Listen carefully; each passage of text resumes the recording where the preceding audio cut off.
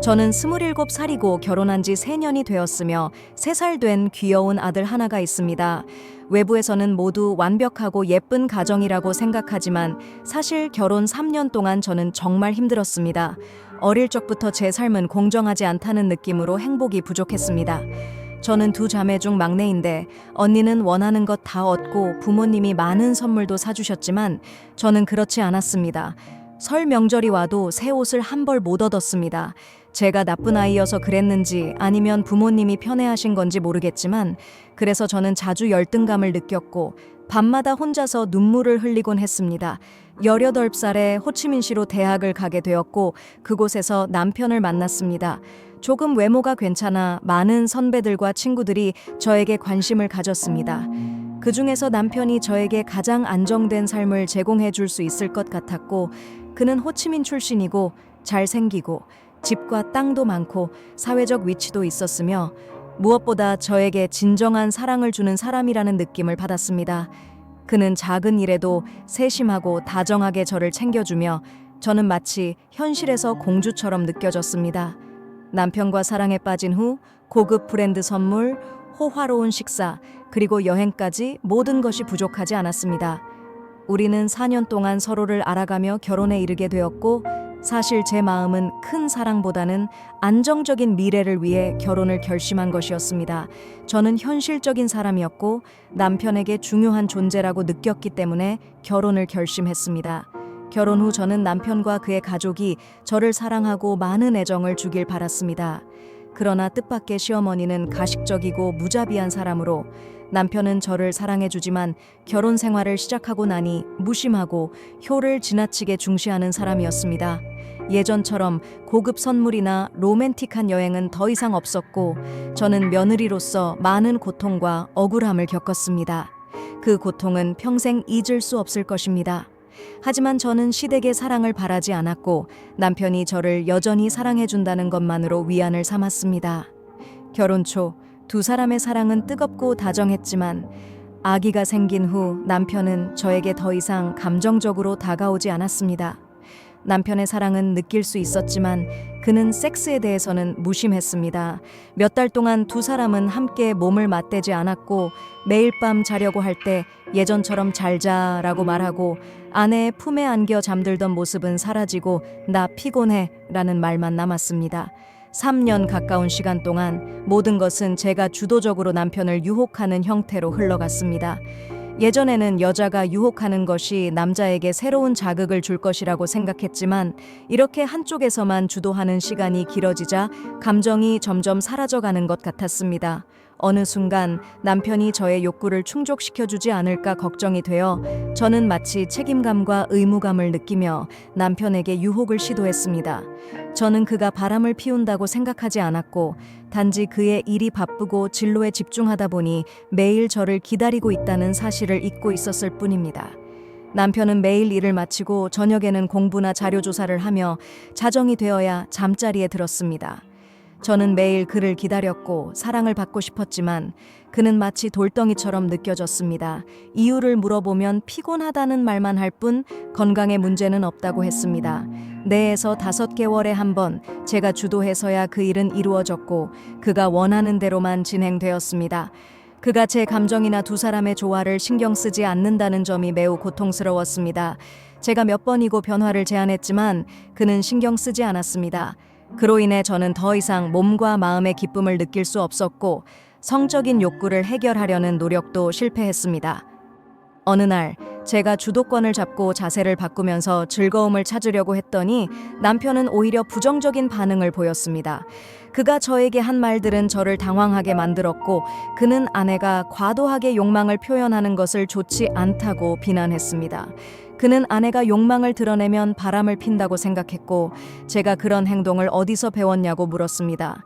그는 결론을 내리며 말했습니다. 부부 관계에서 아내는 항상 수동적이어야 하고 남편이 이끌어야 한다. 나는 이리 와라는 느낌이 싫다. 그 이후 저는 더 이상 성적 쾌감을 추구하려는 노력을 멈췄습니다. 우리의 결혼 생활은 평탄했지만 감정적으로는 이상한 침묵이 감돌았습니다. 저는 현실적인 사람이었고 남편이 하루 종일 일을 하고 밤에 공부하는 것을 이해하며 크게 요구하지 않았습니다. 저는 그저 주말에 하루만이라도 함께 시간을 보내고 사랑을 나누고 싶었습니다. 그러나 지금 저는 너무 지쳤습니다. 이 관계는 오직 제가 노력하는 것처럼 느껴지기 시작했습니다. 최근 저는 남편에게 더 이상 감정을 느끼지 못하는 것 같고 그에게 관심도 없어진 것 같습니다.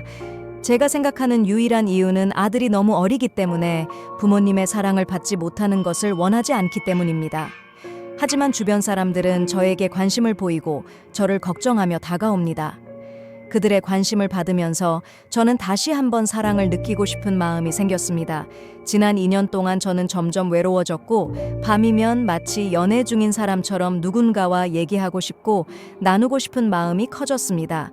남편이 집에 일찍 오더라도 그는 여전히 무심하고 게임을 하거나 인터넷을 합니다. 심지어 제가 말을 해도 그는 아무 감정 없이 듣고만 있습니다. 우리는 손을 잡지도 않으며 만약 제가 주도하지 않으면 그 어떤 것도 없었습니다.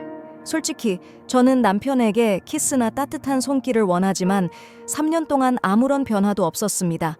하지만 제 주변에 있는 사람들은 제가 이런 상황임을 알면서도 저를 챙기려 하고 주말마다 함께 시간을 보내며 남편이 하지 못하는 일들을 해주고 있습니다.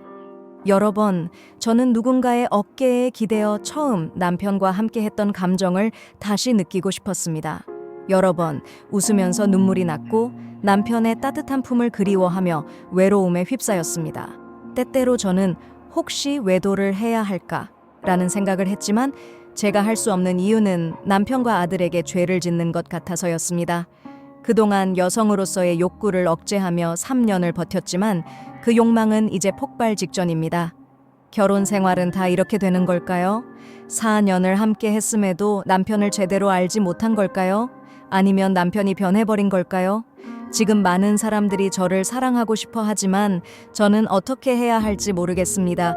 여러분의 의견을 부탁드립니다. 2014년 11월 배낭 여행자 거리는 호치민시 1군에 위치한 지역으로 팜 은구라오, 은구옌 타이 호크, VBN, 데탐이라는 4개의 도로로 제한되어 있습니다. 이곳은 외국인 관광객, 주로 서양인, 아프리카 사람들까지 포함되어 있으며 대부분의 경우 제한된 예산으로 거주하며 식사를 하거나 자전거와 오토바이를 대여하고 환전하거나 여행 패키지를 구매하기 위해 자주 찾는 곳입니다. 저는 고개를 저으며 들어는 보았지만 사실인지 아닌지는 모르겠어 라고 말했습니다. 퉁은 웃으며 100% 사실이야. 만약 형이 기사를 쓰기 위해 현실을 원한다면 1장 100달러과 몇 병 맥주를 사줄 돈 그리고 몇백 달러로 호텔 방을 빌리면 상관없어 라고 대답했습니다. 퉁은 오토바이 택시 운전사로 그의 활동 영역은 주로 이 지역에 집중되어 있습니다. 영어 실력이 부족함에도 불구하고 그는 외국인 관광객을 데리고 구찌 터널과 랑레 바우코 유적지에 가서 설명을 해주는 자신감 넘치는 모습을 보여주었습니다. 듣자 하니 배낭 여행자 지역의 어린 거지 아이들에게 퉁이 가르쳐준 영어 문장은 다음과 같습니다. I know bana no mama, give me $1. 즉, 나는 아빠도 없고 엄마도 없어. $1 주세요. 이 말을 들은 외국인들은 크게 웃으며 이만 돈을 꺼내 주었습니다. 솔직히 퉁의 말을 듣고 제 직업병이 발동했지만 다시 생각해보니 일장이 아까웠습니다. 제 목적은 기사를 쓰기 위한 자료를 찾는 것이지 그런 일이 아니었기 때문입니다. 게다가 제가 어떤 철학자가 말한 것을 기억합니다. 도너츠를 먹고 싶다면 그 도너츠가 어떻게 만들어지는지를 보기 위해 기름 냄비에 뛰어들 필요는 없다. 그러므로 서양의 여성들이 어떻게 성매매를 하는지 알기 위해 꼭 침대에 올라가야 하는 것은 아니라고 생각했습니다. 제가 주저하자 퉁이 손을 들고 맹세하듯이 말했습니다. 진짜야. 거짓말 아니야. 비록 손님을 받지만 이 외국 여성들은 전문 성매매업자가 아니야. 그들은 추가 비용을 벌기 위해서만 그렇게 하는 거야. 만약 그들이 다낭, 냐짱, 켄토 또는 푸꾸옥으로 가는 돈을 벌면 더 이상 일을 하지 않아. 그때는 내가 5장이라도 줘도 거절할 거야. 아, 그런 거구나. 세상에는 여행 자금을 모으기 위해 자신의 소중한 것을 팔고 여행을 가는 여성이 있다는 사실을 알게 되었습니다. 다시 생각해보니 저는 좋아요. 하지만 이렇게 하죠. 당신이 그 서양 여성을 소개해준 후 당신은 다른 곳에 앉아야 해. 하지만 제가 당신을 볼 수 있도록 해주세요. 제가 머리를 긁는다면 당신은 저에게 전화해 주세요. 그리고 제가 무슨 말을 하든지 상관하지 마세요. 이틀 후 저녁 7시에 퉁과의 약속 장소에 도착했지만 그때 저는 퉁이 그 서양 여성을 전혀 알지 못한다는 사실을 알게 되었습니다. 그는 매일 저녁 그 여성이 VBN 거리의 티라는 바에서 혼자 손님을 기다린다. 형은 그냥 그 여성을 붙잡고 이야기를 시작하면 돼 라고 말했습니다. 저는 약간 실망하며 하지만 그 여성이 어떻게 생겼는지 어떻게 알아? 혹시 친구를 기다리고 있는 사람을 만나면 난감해질 거야. 퉁은 확신에 차서 형 걱정하지 마. 나중에 가서 보이면 내가 알려줄게. 그래서 저는 퉁을 따라 팜 응구라오 거리에서 응구엔 타이호크 거리로 돌아가 VBN 거리로 내려갔습니다. 저녁 7시가 막 넘었지만 이곳에 많은 음식점과 배는 사람들이 꽤 많이 앉아 있었고 대부분 외국인들이었으며 젊은 사람들이 많았습니다. 남녀가 섞여 있었고 대부분은 사이곤 레드, 사이곤 블루, 333 맥주를 마시고 있었습니다. 그들은 맥주를 병에서 직접 마시는 경우가 많았고 가끔 컵으로 마시기도 했지만 얼음은 넣지 않는 것 같았습니다. 아마도 얼음이 더럽다고 생각해서였겠죠. 1시간 넘게 돌아다니며 서양 여성을 찾지 못하자 저는 점점 실망하고 귀가하고 싶어졌습니다. 도꽹 도로에서 팜응구라오 거리로 돌아서면서 퉁에게 이번에 마지막으로 가보고 만날 수 없다면 헤어지자고 말했습니다. 하지만 운이 저를 비웃지 않았습니다. VBN 거리로 들어서자마자 500m 정도 달리니 퉁이 저를 지나쳐가며 저기 파란색과 검은색 티셔츠를 입은 여자가 왼쪽 인도에 앉아 있어 라고 지적했습니다. 퉁이 가리킨 방향을 따라가니 금발에 가는 몸매를 가진 한 여성이 사이곤 레드 맥주 한 병과 흰색 담배 봉지를 놓고 앉아 있었습니다. 천천히 주차를 하고 웨이터에게 차를 어디에 쓰나요? 라고 물었습니다. 웨이터는 저를 보며 맥주 드시나요? 차는 저기 두셔도 되고 누군가가 안내해 드릴 겁니다. 라고 대답했습니다. 그 여성이 앉아 있는 테이블로 가서 죄송한데 이 자리 비어 있나요? 라고 물었습니다. 그녀는 고개를 저으며 아니요 라고 답했고 웃었습니다. 저는 다시 물었습니다. 그럼 제가 앉아도 괜찮나요? 그녀는 고개를 끄덕이며 물론이죠. 왜 안 되겠어요? 라고 말했습니다. 플라스틱 의자에 앉으며 저는 그녀와 마주보고 사이곤 레드를 시켰습니다. 맥주가 나왔을 때 웨이터가 저를 살짝 바라보며 미소 지었습니다. 아마도 그 여성이 여기 있는 이유를 알고 있었기 때문일 것입니다. 맥주를 가져다 주며 웨이터가 말했습니다. 오늘은 제 가게를 많이 도와주셔야 해요.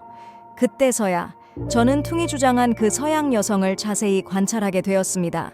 그녀는 약 22에서 23세 정도로 보였고 얼굴은 가늘고 길며 코는 높고 둥글둥글한 눈은 약간 튀어나와 있었습니다. 그녀는 파란색과 검은색의 짧은 소매 티셔츠와 밝은 노란색 면 바지를 입고 있었고 발목 위로 짧게 잘라진 바지는 주름이 져 있었고 마치 오래 다림질을 하지 않은 것처럼 보였습니다. 왼쪽 손목에는 갈색 플라스틱 구슬로 만든 팔찌가 있었고 오른쪽 손목에는 마치 목욕할 때 사용하는 수세미처럼 보이는 나일론 만그로 만든 팔찌가 있었습니다. 저는 제 이름을 소개하며 맥주를 부딪혔습니다. 그녀는 저는 메디 매띠, 메들린의 줄임말입니다. 어디서 본 적이 있나요? 라고 물었습니다. 저는 고개를 저으며 아니요, 하지만 친구를 통해 당신을 알게 되었습니다. 라고 답했습니다. 당신의 친구는 누구인가요? 그녀는 생각하며 물었습니다. 저는 이름을 하나 만들어냈습니다. 민. 그녀는 생각에 잠긴 표정을 지으며 이마에 주름이 생겼습니다. 민이 누구였더라? 하지만 당신을 만나서 정말 기쁩니다.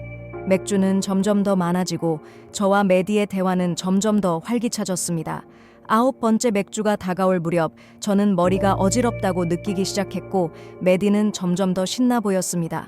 그녀를 다른 방향으로 유도할 방법을 모르고 있을 때 길 건너편에서 하얀 차 한 대가 천천히 다가와 멈. 친애하는 여러분, 플러기 이야기의 시간은 이제 마무리되었습니다. 프로그램이 마음에 드셨다면 좋아요 누르고 공유하며 채널 구독을 잊지 말아주세요. 다음 프로그램에서 여러분과 다시 만날 수 있기를 기대합니다. 감사합니다.